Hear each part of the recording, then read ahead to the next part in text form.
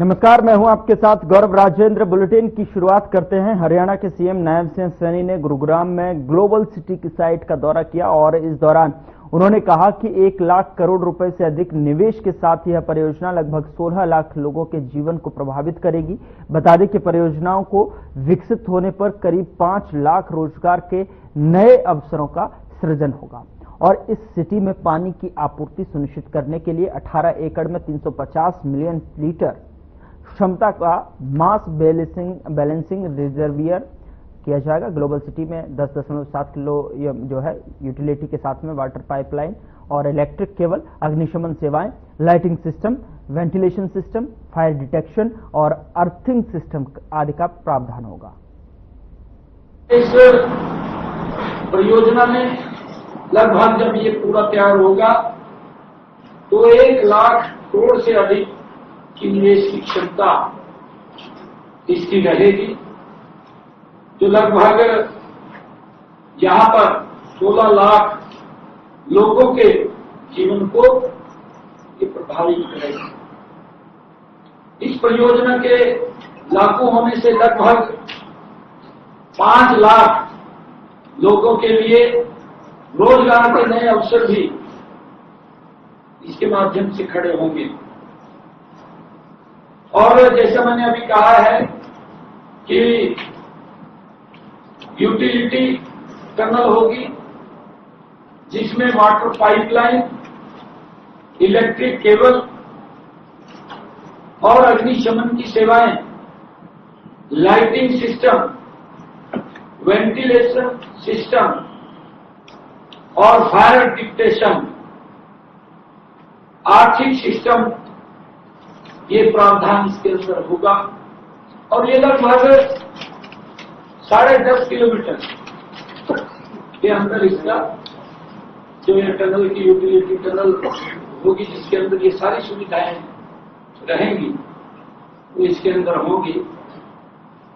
इस global city में जो पानी की आपूर्ति को सुनिश्चित करने के लिए 18 एकड़ में एक 350 मिलियन लीटर क्षमता का मास बैलेंसिंग रिजर्वायर बनाया जाएगा, जो जल भंडारण के रूप में काम करेगा, इस सिटी की सुंदरता बढ़ाएगा और यह ग्लोबल सिटी के लिए 7 दिनों का बैकअप का इसके अंदर प्रावधान होगा कि अगर कोई दिक्कत भी आती है तो पानी की दिक्कत यहां ना रहे।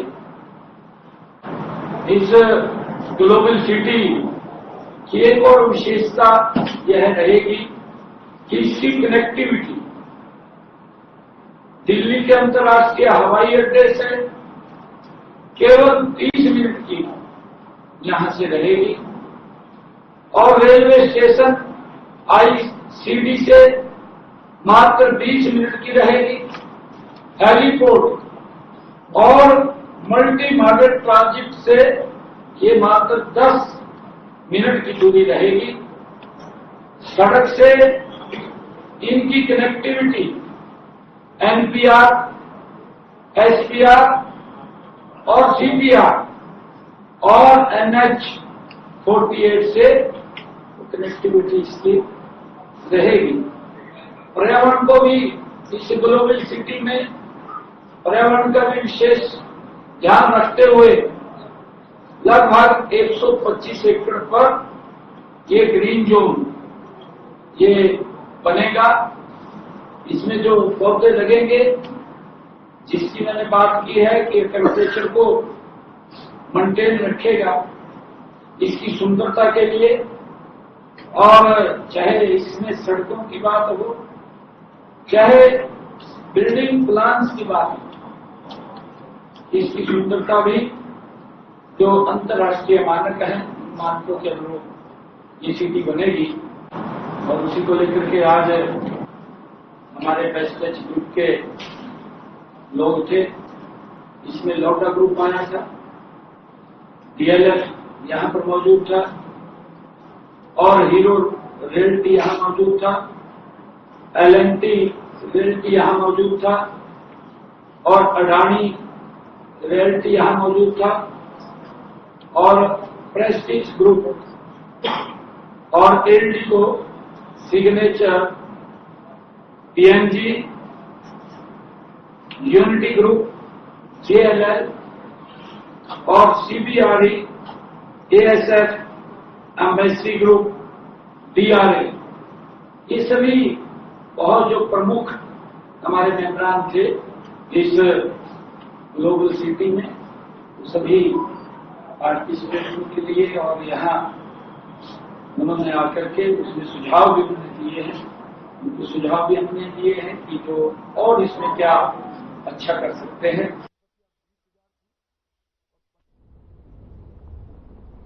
उधर महान समाज सुधारक, स्त्री शिक्षा के पुरजोर समर्थक महात्मा ज्योतिबा फुले की जयंती पर जो है समारोह का आयोजन किया गया, जहां पर सीएम नायब सिंह सैनी ने ज्योतिबा फुले को पुष्पांजलि अर्पित कर श्रद्धांजलि दी।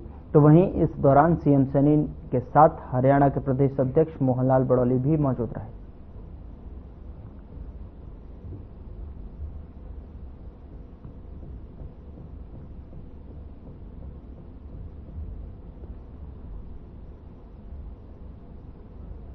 उधर नशा छोड़ने का संदेश लेकर फरीदाबाद से शुक्रवार सुबह चली साइक्लोथॉन 2.0 यात्रा निरंतर आगे बढ़ रही है। साइक्लोथॉन 2.0 यात्रा गुरुग्राम पहुंची, जहां उद्योग एवं वाणिज्य मंत्री राव नरवीर सिंह ने घामडोज टोल प्लाजा से झंडी दिखाकर यात्रा को रवाना किया। उन्होंने खुद भी साइकिल चलाकर युवाओं को नशा मुक्त हरियाणा में अपना योगदान देने के लिए प्रेरित किया। बता दें कि गुरुग्राम जिला में साइक्लोथॉन 2.0 के प्रतिभागियों को जो है सोहना के विधायक तेजपाल तंवर और पटौदी की जो है विधायक बिमला चौधरी ने भी अपनी शुभकामनाएं दी। वहीं डीसी अजय कुमार और एडीसी हितेश कुमार मीणा ने घामडोज टोल प्लाजा से द्वारका एक्सप्रेस वे पर एलान मॉल तक जो है साइक्लोथॉन 2.0 खुद साइकिल चलाकर जिलावासियों से इस मुहिम को अपना समर्थन देने के लिए प्रेरित किया।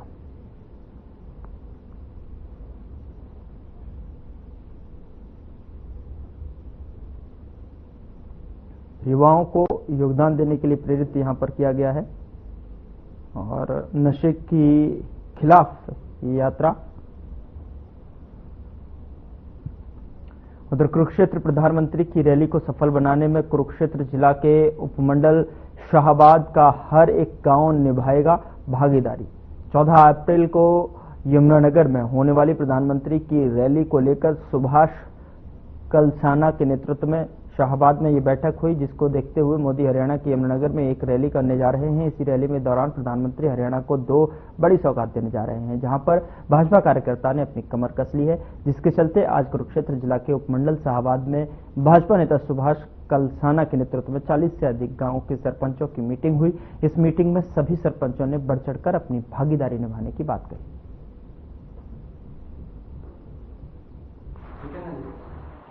आज शाहबाद विधानसभा में हमारे बड़े भाई सुभाष कलसाना जी ने हमारे शाहबाद विधानसभा के सरपंचों की सभी सरपंच साहिबान की मीटिंग बुलाई है, क्योंकि 14 तारीख को हमारे देश के माननीय प्रधानमंत्री श्री नरेंद्र मोदी जी हिसार के अंदर और यमुनानगर के अंदर 2 बहुत बड़ी रैलियां करने जा रहे हैं और पूरे हरियाणा के अंदर बहुत बड़ी दोनों को सौगात दिया जाए। देश के यशस्वी प्रधानमंत्री नरेंद्र मोदी जी हमारे नजदीक के जिला यमुनानगर में आ रहे हैं, जिसके निमित्त आज सुभाष कलसाना जी ने यहाँ सभी सरपंचों को मीटिंग बुलाई थी और सभी सरपंचों ने ये आश्वासन दिया है कि ये हमारी अपनी रैली है और सभी सरपंच साथी बढ़ चढ़कर इस रैली में हिस्सा लेंगे। कई सरपंच हैं और कुछ साथी आज हनुमान जयंती के उपलक्ष्य में हर गांव के अंदर भंडारा और इस प्रकार के आयोजन है और 14 तारीख को सभी सरपंच साथी बढ़ चढ़कर इस रैली में हिस्सा लेंगे। हमारे शाहबाद विधानसभा के लगभग 40 से ज़्यादा सरपंच साहब यहाँ बैठे हैं, तो प्रत्येक गांव की भागीदारी आदरणीय प्रधानमंत्री जी की जो रैली उसमें होगी, तो वो सुनिश्चित करने के लिए 40 गांवों के सरपंच यहाँ उपस्थित हैं। मैं उनका आपके चैनल के माध्यम से भी स्वागत करता हूँ, अभिनंदन करता हूँ। हमारे चारों मंडल अध्यक्ष सुभाष जैन जी, सर्वजीत जी, नरेश जी, यादेंद्र राणा जी, कुलविंदर जी डकाड़ा, अपने विक्रम जी अटवान, सभी जो कार्यकर्ता हैं यहाँ उपस्थित हैं और सब में एक जोश है और उस जोश को देखते हुए, उत्साह को देखते हुए कि हमारे जो बसें गांव में जाएंगी, कोई भी बस खाली नहीं जाएगी, सभी बसें भर के जाएंगी। उधर आड़ती एसोसिएशन के जिला प्रधान और हलोपा नेता प्रदीप जैन प्रधानमंत्री नरेंद्र मोदी के हिसार दौरे पर बोले। उन्होंने कहा कि प्रधानमंत्री नरेंद्र मोदी का स्वागत करने गोपाल कांडा और गोविंद कांडा की अगुवाई में हिसार जाएंगे और साथ ही सिरसा में मुख्यमंत्री नायब सिंह सैनी का भी स्वागत करेंगे। आगे उन्होंने कहा कि कालावली में नया जलघर जो है बनाने की मांग रखी जाएगी, जिसे लेकर गोपाल कांडा और गोविंद कांडा ने आश्वासन दिया है कि प्रदीप जैन ने कहा कि विकास की कोई कमी नहीं रहने दी जाएगी। मुख्य उद्देश्य है, हमारे प्रधानमंत्री श्री नरेंद्र मोदी जी 14 तारीख को हिसार एयरपोर्ट का उद्घाटन करने आ रहे हैं और 14 तारीख को हम सुबह 6 बजे यहाँ से चलेंगे काफिला लेके। सिरसा से भाई गोपाल कांडा जी, गोविंद कांडा जी काफिला लेके चलेंगे, तो उनके साथ हम उनका स्वागत करने के लिए हिसार पहुंचेंगे। और उसके बाद 26 तारीख को हमारे हरियाणा के मुख्यमंत्री श्री नायब सिंह जी सैनी जो सिरसा पधारेंगे। सिरसा कल गोपाल जी और गोविंद जी के पास मैं और मेरे छोटे भाई तरसेम धर्मपुरा जी हम गए थे। उनसे हमने मंडी के कामों की चर्चा करी।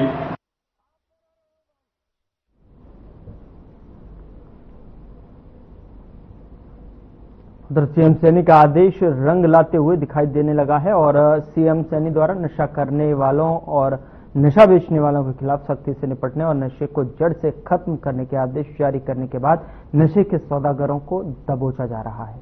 इसी कड़ी में भिवानी पुलिस को पिछले 2 दिन में 3 एनडीपीएस के मामलों में आरोपियों को गिरफ्तार करने में सफलता हासिल की है। और वहीं मामले की जानकारी देते हुए डीएसपी आरएन चौधरी ने कहा कि विश्वसनीय सूत्रों से सूचना प्राप्त हुई कि एक व्यक्ति अपनी मोटरसाइकिल पर भारी मात्रा में मादक पदार्थ लेकर प्रहलादगढ़ से गांव डांडा की तरफ जा रहा है।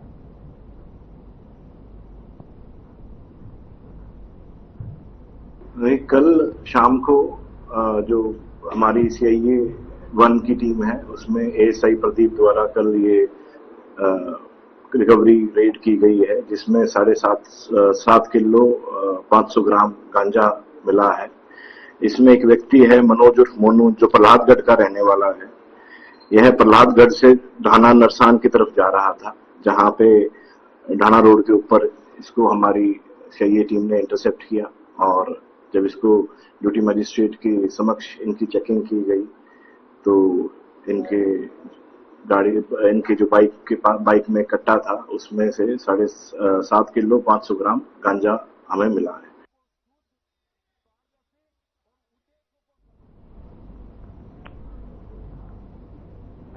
उधर कैथल में 38 गैर मान्यता प्राप्त स्कूलों और बिना अनुमति के चल रहे स्कूलों की लिस्ट जिला शिक्षा अधिकारी द्वारा जारी की गई थी, जिसमें इस स्कूल का नाम भी शामिल है। वहीं ये स्कूल बेसमेंट में चलाया जा रहा है, जिसकी एनओसी लेनी होती है और कमेटी बनती है। अधिकारियों ने स्कूल के संचालन को नियमों के विरुद्ध बताया और खंड शिक्षा अधिकारी सुरेश केंदल ने बताया कि इस स्कूल को पहले भी नोटिस दिया गया है और अब विभाग और सीएम फ्लैंग की टीम द्वारा यहां रेड की गई है।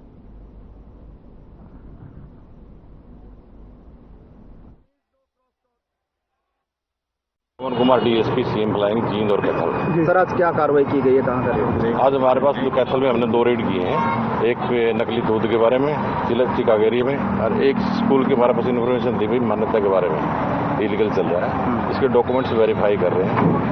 जो पहले 2019 का 21 का लेटर है उसमें इन्होंने नाम जरूर चेंज किया स्कूल का एसके ग्लोबल के नाम से। डॉक्यूमेंट अभी चेक करने हैं और ये अभी नरडांचल के नाम से हुआ है। हमने जो डॉक्यूमेंट अभी तक हमारे को मिले हैं उसमें ये स्कूल नाम चेंज करने का दिया है, ग्लोबल नरडांचल से ग्लोबल अकेडमी के नाम चेंज किया जाए और वो लेटर है भी है इसका, वो जो देखा हुआ है। मिडिल स्कूल जो नरडांचल के नाम से चला हुआ था उसका ग्लोबल अकेडमी रखा हुआ है, एसके ग्लोबल से। मेरा सीधा प्रश्न ये है हाँ कि जो स्कूल जिस नाम से चल रहा है इस नाम से इनके पास मान्यता प्राप्त कागज है या नहीं? नहीं, अभी डॉक्यूमेंट वेरिफिकेशन रह रही है और बाकी ये जो स्कूल है देखो अंडरग्राउंड में भी नहीं चल सकता।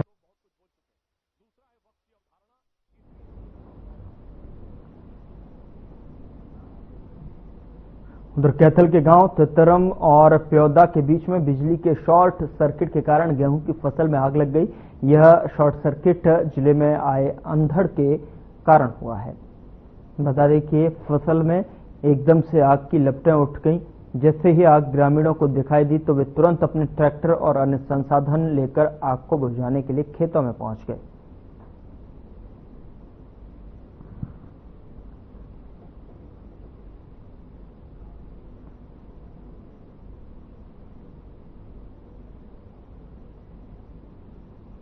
आज के जमाने में यह कहा जाए कि कोई गांव पूर्ण रूप से नशा मुक्त हो चुका है तो शायद किसी को विश्वास नहीं होगा, लेकिन इसका जीता जागता उदाहरण है नारनौल के साथ लगता गांव जोरासी। यह गांव अब पूर्ण रूप से नशा मुक्त घोषित हो चुका है और हरियाणा पुलिस की तरफ से इस गांव के बाहर नशा मुक्त गांव का बोर्ड भी लगा दिया गया है। बता दें कि जिला प्रशासन और पुलिस प्रशासन समय समय पर नशा मुक्ति को लेकर स्कूलों, महाविद्यालयों और पंचायतों में जाकर लोगों को जागरूक करने का काम लंबे समय से कर रहे हैं। इसी का परिणाम है अब ये सामने आया है।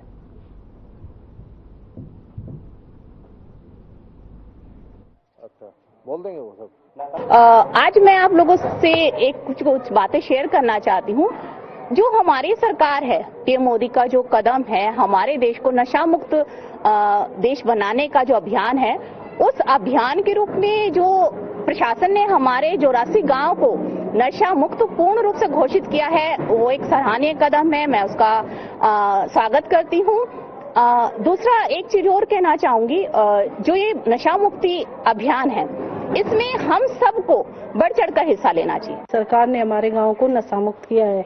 इससे महिलाओं में ज्यादा खुशी हो रही है कि महिलाएं पहले लोग नशा करते थे तो बाहर निकलने में झिझक महसूस करती थी, लेकिन जब से सरकार ने हमारे गांव को नशा मुक्त किया है, नशे पर कंट्रोल पा लिया गया और अब महिलाएं रात को भी सुरक्षित महसूस करती हैं बाहर आने जाने में, और नशे पर अब कंट्रोल पा लिया गया है। सरकार का धन्यवाद व्यक्त करें कि सरकार ने हमारे लिए अच्छा काम किया, खासकर महिलाओं के लिए।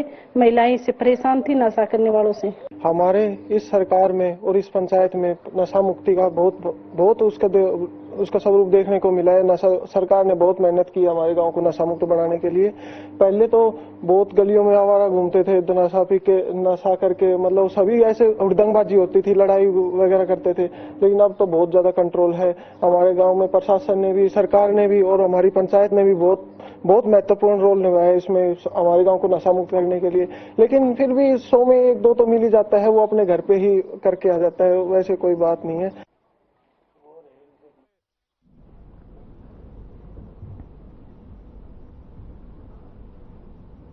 उधर सिंगल यूज प्लास्टिक के खिलाफ गुरुग्राम नगर निगम की कार्रवाई लगातार जारी है। बता दें कि शुक्रवार को सैनिटेशन सिक्योरिटी फोर्स ने बसई औद्योगिक क्षेत्र स्थित अमर इंपैक्ट फैक्ट्री पर छापा मारा और वहां से 4073 किलोग्राम प्रतिबंधित प्लास्टिक जब्त की। निगम ने फैक्ट्री पर 5 लाख रुपए का जुर्माना भी लगाया और इस अभियान की जानकारी देते हुए अतिरिक्त निगमायुक्त डॉक्टर बलप्रीत सिंह ने बताया कि गुरुग्राम को सिंगल यूज प्लास्टिक फ्री बनाने के लिए अभियान तेजी से आगे बढ़ाया जा रहा है। प्रतिबंधित प्लास्टिक के निर्माण, भंडारण और उपयोग पर पूरी तरह रोक लगाने के लिए फैक्ट्रियों, बाजारों और मंडियों और स्टॉकिस्टों के खिलाफ लगातार कार्रवाई की जा रही है। नगर निगम की यह कार्रवाई पर्यावरण संरक्षण की दिशा में एक और ठोस कदम मानी जा रही है। निगम ने चेतावनी दी कि भविष्य में भी इस तरह की फैक्ट्रियों पर कड़ी निगरानी रखी जाएगी और नियमों का उल्लंघन करने वालों को बख्शा नहीं जाएगा।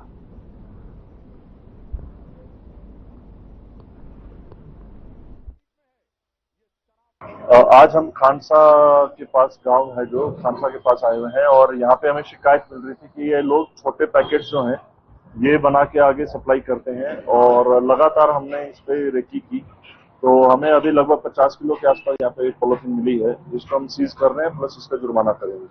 और जैसा कि हम हर बार कहते हैं कि हमारे जो निगम आयुक्त हैं श्री अशोक कुमार गर्ग और बलप्रीत जी, उनके दिशा निर्देशन में ये टीम लगातार ऐसी चीजों को आइडेंटिफाई करके रेट्स में कन्वर्ट कर रही है और मोटा जुर्माना इसलिए लगा रही है क्योंकि ये प्लास्टिक को गुड़गांव को छोड़ना ही पड़ेगा। और हमारी कोशिश ये है कि जन भागीदारी के द्वारा या तो लोग खुद इसको छोड़ दें, नहीं तो प्रशासन तो तैयार है इस कार्रवाई को करने के लिए। देखिए, अब हमारे नगर निगम की जो एसएसएफ टीम है ये 24/7 डेज राउंड ऑफ क्लॉक काम कर रही है।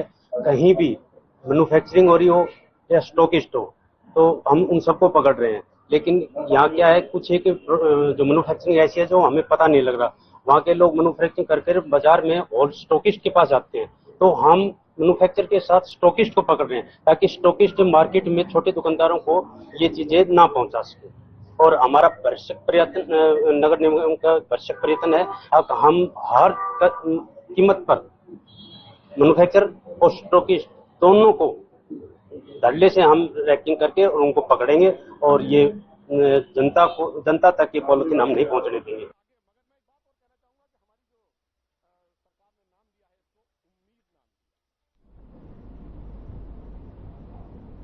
उधर हरियाणा के पूर्व मंत्री एवं थानेसर से कांग्रेस विधायक अशोक अरोड़ा ने थानेसर मंडी का दौरा करने के बाद में कहा कि गेहूं खरीद के सरकारी दावों की पोल खोली।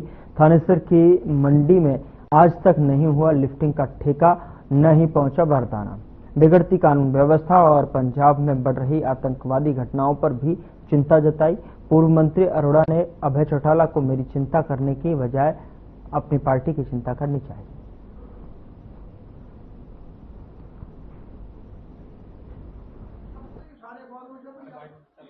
हरियाणा सरकार की तरफ से 1 तारीख से गेहूं की खरीद शुरू की जा सकती है। दावा किया जा रहा है कि हमारी सारी इंतजाम जो है वो पूरे हो चुके हैं। मैं आज अनाज मंडी में गया। अनाज मंडी में अनाज मंडी के प्रधान भी मिले, उड़ान भी मिले, पूर्व प्रधान भी मिले, सेक्रेटरी मार्केट कमेटी से भी बात मैंने की। और जो मुझे वहां जाके पता लगा कि सरकार तो कह रही है कि 1 तारीख से हमने सरकारी खरीद शुरू कर दी है, परंतु अभी तक भी लोडिंग अनलोडिंग के टेंडर नहीं हुए, आड़तियों के पास बारदाना नहीं पहुंचा। तो उसके बाद मैंने फूड सप्लाई मिनिस्टर राजेश नागर जी से बात की, मैंने एडीसी से भी बात की, एसडीएम से भी बात की, और उसके बाद उन्होंने मुझे कहा कि आज शाम तक टेंडर कंप्लीट हो जाएगा और आज शाम तक बारदाना पहुंच जाएगा। गेहूं की खरीद की जानकारी लिए उन्होंने अनाज मंडी गए और यहां पर उन्होंने सरकार पर हमला बोला है। सरकार के द्वारा की गई व्यवस्थाओं को परखा और उन पर जो है सवाल खड़े किए हैं। उन्होंने कहा कि न ही सरकार की तरफ से जो है कोई ठेका उठान को लेकर दिया गया है, न ही उचित व्यवस्थाएं यहां पर मुझे दिखाई दी। ऐसे में विधायक अशोक अरोड़ा ने अनाज मंडी का दौरा करते हुए वहां पर मिली अव्यवस्थाओं पर भी नजर डाली और उसको फिर जो है प्रकाश डालते हुए उन्होंने अभी सारी चीजें यहाँ पर बताते हुए नजर आए। गेहूं खरीद की जानकारी भी ली उन्होंने।